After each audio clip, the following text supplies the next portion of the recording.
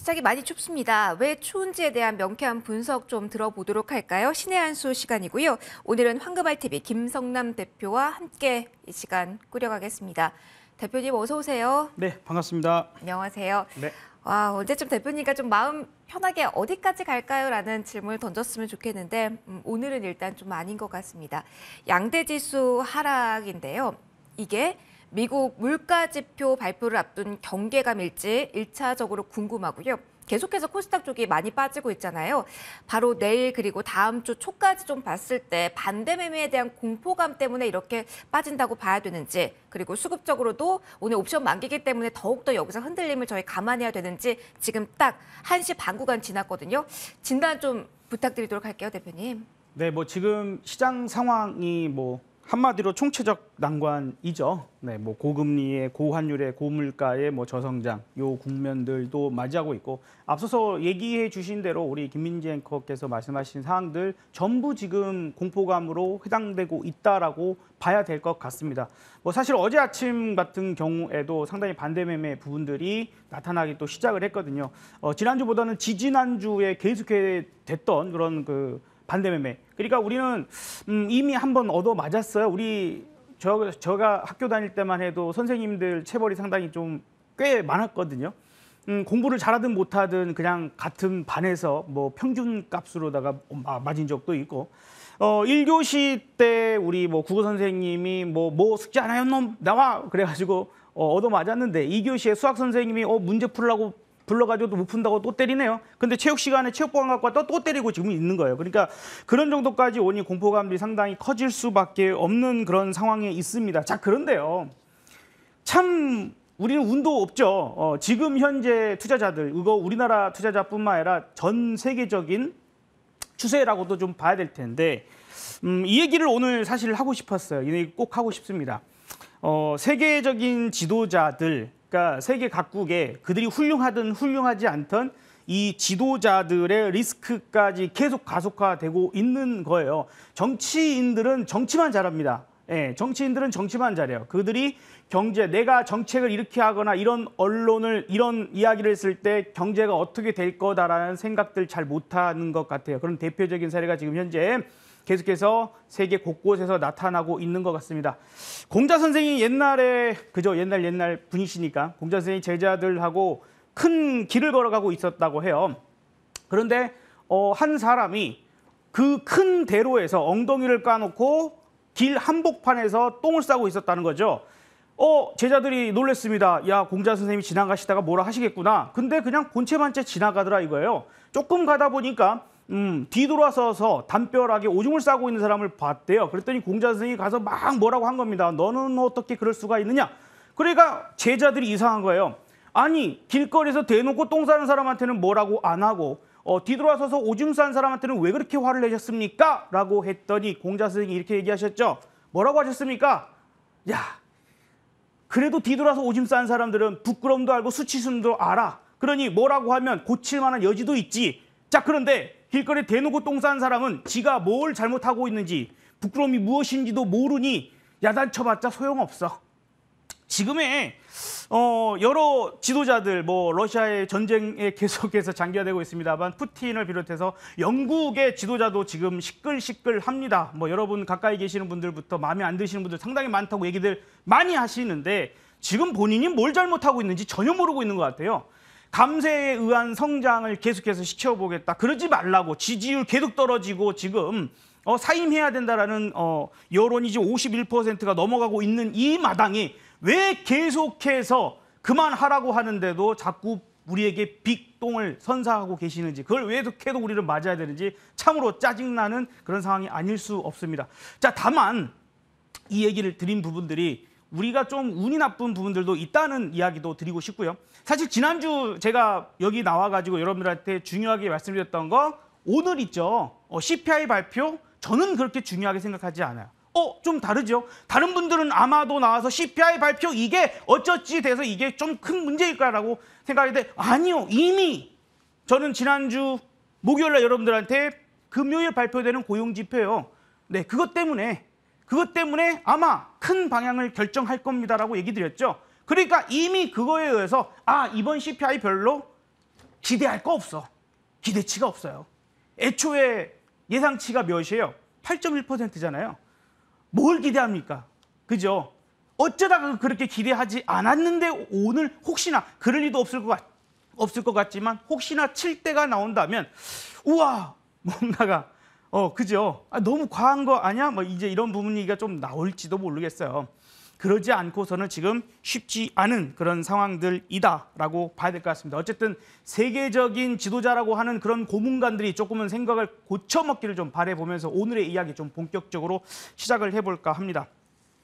자, 사실 지금 우리 코스피부터 좀 살펴볼까요? 코스피부터 한번 살펴보면 좋을 것 같아요. 예, 지금 코스피 차트부터 띄워보도록 하겠습니다.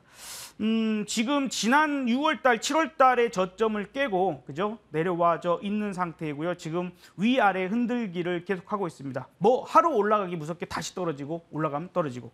그런데 이것이 지난번에 6월, 7월달 만들어냈던 요 구간에서도 나타났던 모습인데 한번 살펴볼까요? 왜 이제 이런 얘기를 드리는지 차근히 들어보시면 아마 이해를 하실 것 같습니다.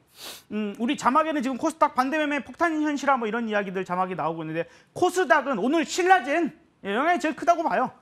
살 거 없어. 그렇지 않아도 대한민국의 자금이 외국인들이 들어와야 어쨌든 올라갈 텐데 그리고 지금의 시장의 주도주라고 하는 것들 삼성전자, SK하이닉스, LG 에너지 솔루션 등등 외국인 매수세가 계속해서 강력하게 들어오는 종목군들이 올라가죠. 그러니까 외국인 매수세가 강력하게 들어오지 않는 이상 우리 시장도 제대로 올라가기 어렵다는 얘기죠. 그러니까 우리 시장뿐만 아니라 어쨌든 미국이 먼저 올라가 주는 모습도 확인을 해야 됩니다. 그렇죠?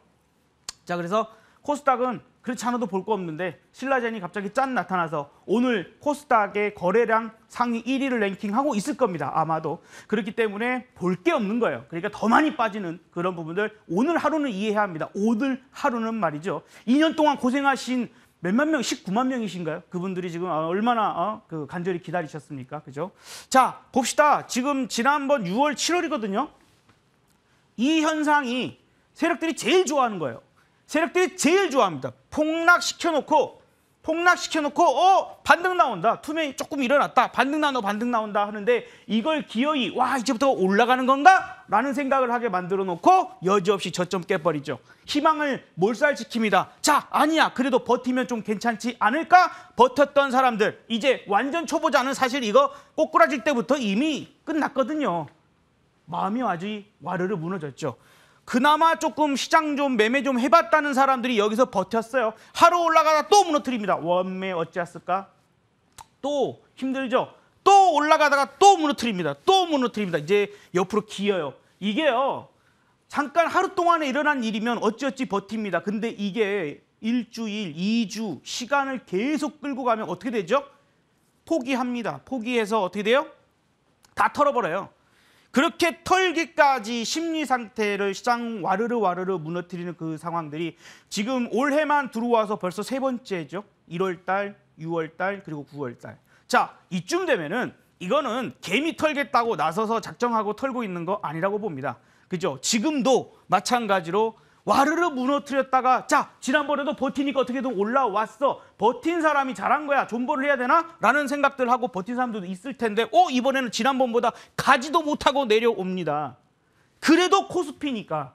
그래도 외국인들이 매수를 하고 있는 삼성전자, SK하이닉스, LG 엔솔 같은 종목이 있으니까 코스피는 버티는군요. 코스닥은 지금 여지없이 요 저점 깨버렸죠. 그게 왜? 희망을 와르르 더 무너뜨리고 애간장 녹여서 이제 주식시장을 떠나야 되나 보다. 왜? 한국도 지금 금리를 또 0.5% 더 올렸어요. 와, 이제 어느새 내가 이자를 내야 되는 부담이 2배 이상 늘었답니다. 39만 가구인가요? 67조 원 이상이 내가 아무리 가지고 있는 모든 자산을 처분해도 갚을 수 없는 무능의 상태에 빠지는 사람들이 너무 많아지고 있는 거죠. 자, 주거에 대한 부분들을 어떻게 해결해야 될까요? 그죠? 그래서 가장 많이 떠오르고 있는 재테크가 뭐라고요? 짠테크요. 아예 쓰지 말자. 그죠? 냉파하자, 탕파하자. 그죠? 회사에 그죠? 탕비실에 있는 커피 마시고 하면서 탕파하자. 이런 부분들입니다. 제가 생각할 때는요. 지금 요것도 하루 이틀 왔다 갔다. 오늘 아까 우리 앞서서 애커께서 말씀하신 대로 오늘 옵션 만기일입니다. 옵션 만기일입니다. 그러면 이 옵션 만기에 대한 반응을 좀 보려면 오늘 2시 반, 지금 이제 1시 40분이죠. 이 징글징글한 상황이 만약에요. 저는 이제 이 자리를 떠나고 있겠지만 만약에 2시 반쯤 지나서 뭔가가 변화가 일어나고 뭔가가 매수세가 들어오면서 세력들의 어떤 강력한 매도세가 바뀌는, 저 같은 경우는 실시간으로 보는 지표가 있습니다. 지금 보여지고 있는 마켓 파워라는 이제 시스템이 있는데 지금 이거 같은 경우에 센터 값이 현재 마이너스 250대죠. 오늘 저점이 395까지 갔어요. 그리고 오늘 세력의 개입, 세력이 얼마나 개입하고 있는지를 알려주는 세력 지수가 마이너스 9 정도네요. 많이 좋아졌습니다. 그나마. 근데 2시 반이 돼서 실시간으로 계속 구경을 해보니 2시 반이 돼서 갑자기 센터 값이 뭐 플러스 전환을 만든다거나 오늘 하루 종일 계속 마이너스권에서 놀고 있거든요. 저게 개선된다라면 아마도 오늘 하루 누르는 부분은 아마도 옵션 만기일에 의한 그런 추가적인 좀 더 과도한 하락세가 나온 것이다라고 해석을 하면 됩니다. 그러면 오늘이 지나고 나면 혹은 2시 반 이후 뭐 3시 정도 돼서 혹은 내일쯤 혹은 다음 주 부분에서는 오늘보다 억지스러운 하락의 누름이 조금은 덜할 수도 있겠구나라는 그런 해석을 해볼 수가 있겠고, 파생매매 사실 제가 지난번에 한번 나와서 지금은 좀 병행을 해야 됩니다라는 얘기를 좀 드렸어요. 공부는 필요하지만 공부를 해서라도 개인 투자자들이 지금 기관이나 외국인들이 하고 있는 그 전략들을 같이 해서 그들이 돈 버는 방식대로, 그들이 방어하는 방식대로 우리도 해볼 필요는 있는 거거든요. 그래서 그런 부분들에서 놓고 생각한다면 오늘 제대로 된 상방 포지션을 잡을 수 없는 상황이라면 그게 2시 반에 바뀌는 상황이 나오면 내일이나 다음 주는 상방 포지션을 잡을 수도 있는 그런 환경으로 바뀔 수 있는 가능성이 열리는 거예요. 이해가 되실까요? 아마 이 얘기가 조금 어려우실 수도 있습니다. 어려우시면 언제든지 저한테 문 두드리시면 돼요. 저도 항상 매일 공개적으로 이야기를 드리고 조언 드리고 방송하고 있으니까요. 자, 그래서 다시 한번 우리 얘기로 넘어가 봅시다. 그래서 지난번에 우리가 전략 짤 때 뭐라고 말씀을 드렸죠? 기왕에 지금 코스닥 차트도 한번 볼까요? 코스닥 아까도 말씀드렸다시피 여지없이 여기에서의 저점을, 그쵸? 지난 7월 달도 여지없이 꼭 저점을 깨고 갑니다. 왜? 그래야 심리가 와르르 무너지거든요. 그런 사람들이 많거든요. 요거 갔다가 와도요, 다음날 그냥 막 이제 장 끝나고 나면 최고의 경제방송 MTN을 비롯해서 유튜브 채널부터 시작해서 수없이 많은 경제 채널들을 다 봐가면서 내일 어떻게 되지? 내일 어떻게 될까요? 막 그런 것들 분석하는 것들 계속 보시잖아요. 희망적인 얘기들이 요즘에 정말 안 나오더라고요. 그래서 오히려 거의 다 바닥에 온 부분이 아닐까라는 생각도 한번 해봅니다. 자, 미국 얘기는 가급적이면 안 하려고 했는데 아주 살짝만 얘기를 할게요. 왜냐하면 지난번에 중심적으로 얘기했던 게 있었으니까. 뭐요? 하나만 기억하자 그랬잖아요. 하나만. 뭘요? 지난번에도 20일 이동 평균선 강하게 뚫고 난 다음에서야 이렇게, 자 다시 강하게 뚫고 난 다음에서야 올라가기 시작을 했으니까, 그렇죠? 이런 모습 한번 보죠. 여기서 뚝 떨어져서 여기서 한번 이렇게 뚫어보는 모습이 한 번이라도 나왔으니까 그래도 올라갈 수 있는 부분인데, 이번에는 뭐예요? 그거 아니거든요. 안 나왔거든요. 아예 20선 근처도 못 가는 흐름까지 나왔어요. 계속해서 맞고 떨어져요. 20선 맞고 떨어져. 주황색이 20선입니다. 맞고 떨어지는데 이번에도 맞고 떨어졌어요. 그러니까 돌파할 때까지 그냥 보자고요. 너무 막 성급하게 그렇게 최바닥 잡아야 됩니까? 무조건? 그건 아니잖아요. 그렇죠? 차라리 내가 준비가 안 돼 있고 실력이 부족하다면, 아니 돈 많은 사람들은 상관없어요. 뭐 워렌 버핏님이나 뭐 우리 대한민국에서도 유명하신 분들이 있잖아요.